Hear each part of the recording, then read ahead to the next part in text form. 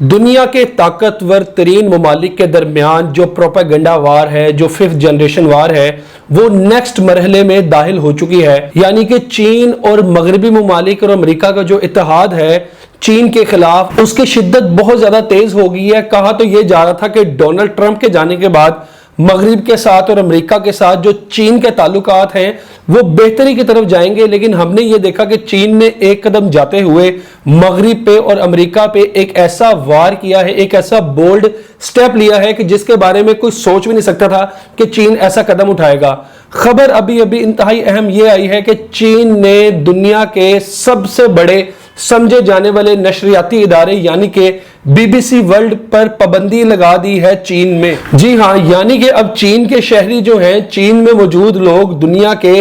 1.5 अरब से भी ज्यादा इंसान बीबीसी वर्ल्ड नहीं देख सकेंगे। इससे पहले कि हम सब जानते हैं कि इससे पहले भी चीन ने बीबीसी की जो वेबसाइट है और ऐप है उस पर पाबंदी लगा रखी थी। बीबीसी के मुताबिक हालांकि जो बीबीसी वर्ल्ड की नशरियात हैं वो पूरे चीन में नहीं चलती थी, लेकिन चंद बैनुल अक़वामी होटल्स और जो सफारत खाने वगैरह हैं वहां पे बीबीसी वर्ल्ड देखा जा सकता था। लेकिन अब चीन का जो इदारा है जो नशरियात को कंट्रोल करता है, उनके टेलीविजन को कंट्रोल करता है, उस इदारे का कहना यह है कि बीबीसी वर्ल्ड ने जो चीन के साथ उसका मुनसिफाना रिपोर्टिंग का रवैया था, ना सिर्फ उसको कॉम्प्रोमाइज किया बल्कि चीन की सलामती के खिलाफ, चीन के कौमी मफाद के खिलाफ भी बीबीसी वर्ल्ड खबरें चलाता रहा। हम भी देखते हैं कि गुज़िश्ता चंद अरसे से जो चीन के उइगुर मुसलमान हैं जिनके खिलाफ बीबीसी वर्ल्ड पे बहुत ज्यादा खबरें शाया होती नहीं, गाहे बगाहे वक्त गुजरने के साथ साथ कि किस तरह चीन जो है वो ट्रेनिंग कैंप्स बनाकर वहां पे मुसलमानों के नजरियात और उनकी ख्वाहिशात को कुचलने में मसरूफ है। वहां पे खवातीन का रेप किया जाता है, वहां पे बच्चों को माओ के से दूर कर दिया जाता है,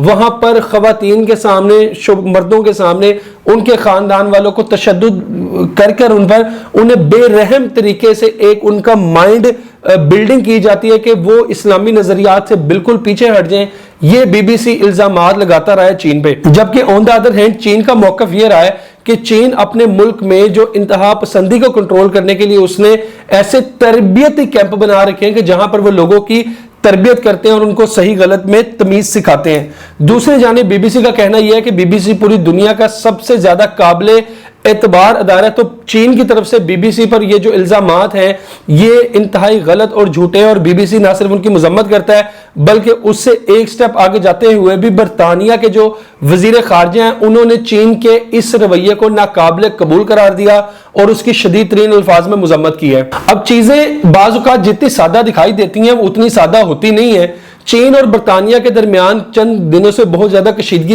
इसलिए भी चल रही थी कि जनवरी में बरतानिया ने हांगकांग के साथ, जिसका चीन के साथ एक तनाज़ा चल रहा है, हांगकांग पर बरतानिया ने कानून साजी ये की कि हांगकांग के जो शहरी हैं वो बरतानिया आकर तालीम हासिल कर सकेंगे, वहां जॉब कर सकेंगे और वहां की शहरियत भी ले सकेंगे। इस बात पर चीन को शदीद इख्तलाफ था बरतानिया की, और चीन ने भी बरतानिया से अपना एहतजाज रिकॉर्ड करवाया था। बहरहाल फिलहाल चीन ने एक कदम आगे जाते हुए एक इंतहाई बोल्ड स्टेप उठाया है। आपको एक हैरानकुन बात बताते चलें कि चीन इस बात को बखूबी समझता है कि मगरिब हो या अमेरिका हो, उसके खिलाफ शदीद तरीन प्रोपेगेंडा वार और 5th जनरेशन वार कर रहे हैं और चीन के खिलाफ पूरी दुनिया में एक ऐसी मुहिम चलाई जा रही है। हालिया दिनों में हमने देखा कि जब कोरोना पूरी दुनिया में फैला तो अमेरिका हो या बरतानिया हो या फ्रांस हो, इनकी तरफ से यह तासुर दिया जाता रहा, इनके नशरियाती इदारों की तरफ से पूरी दुनिया में इस तरह की बातें फैलाई गई कि ये जो कोविड है ये बेसिकली चीन से फैला या चीन ने इसको फैलने से नहीं रोका या चीन ने अच्छे इकदाम नहीं किए, जिसकी वजह से चीन माजी में भी बरतानिया, अमेरिका और फ्रांस वगैरह को इस बात पर धमकाता रहा कि वो चीन के खिलाफ प्रोपेगेंडा ना करें। इसी प्रोपेगेंडा के जवाब में हमने देखा कि गुज़िश्ता कई सालों से चीन ने अपने मुल्क में फेसबुक और व्हाट्सएप पर भी पाबंदी लगा रखी है। यानी कि जो चीन के शहरी हैं वो ना फेसबुक इस्तेमाल करते हैं ना वो व्हाट्सएप इस्तेमाल करते हैं, बल्कि चीन ने अपने घर में, अपने मुल्क में एक ऐसी ऐप बना रखी है वी चैट के नाम से कि जिसको चीनी शहरी व्हाट्सएप या फेसबुक के मुतबादिल के तौर पर इस्तेमाल करते हैं। चीन अपने आइडियाज में बहुत ज्यादा क्लियर है, वो जानता है कि ये प्रोपेगेंडा वार है। मगरिब की और अमेरिका की मशीनरी प्रोपेगेंडा के लिहाज से बहुत ज्यादा मजबूत है। उसकी वजह यह कि 200-300 साल की इन ममालिक की हिस्ट्री है तरक्की की। चीन को तो अभी इमर्ज हुए 50 साल भी नहीं हुए ठीक से, तो चीन इनके प्रोपेगेंडा का जवाब आलमी सतह पर नहीं दे सकता। ہاں لیکن وہ اپنے شہریوں کو اس پروپیگنڈے سے دور رکھ کر برطانیہ کا اور امریکہ کا مقابلہ ضرور کر سکتا ہے۔ یہ تھیری ہمارے نزدیک ویسے بھی کوئی نئی نہیں ہے، ہم جانتے ہیں کہ امریکہ نے بھی یہی اسٹریٹجی ساری زندگی اپنائے رکھی کہ امریکی شہریوں کے ذہن میں امریکہ کا منفی امیج بلڈ نہیں ہونے دیتے۔ امریکی شہریوں کے ذہن میں امریکی شہری کی زندگی کی قدر ہو یا امریکی ایک فوجی کے مرنے کا واقعہ ہو، اس پہ اتنا زبردست امریکہ وہ اپنا رد عمل دیتا ہے اور امریکی شہریوں کو اس بات میں یقین دلاتا ہے کہ آپ دنیا کی سب سے افضل ترین قوم ہے اور امریکی حکومت آپ کے مفادات کے سامنے ملکوں کے ملک تباہ کرنے پہ بھی سمجھوتا نہیں کرے گی۔ تو آن دا ادر ہینڈ چین بھی اپنے شہریوں کو اسی طرح کا تحفظ اور اسی طرح کی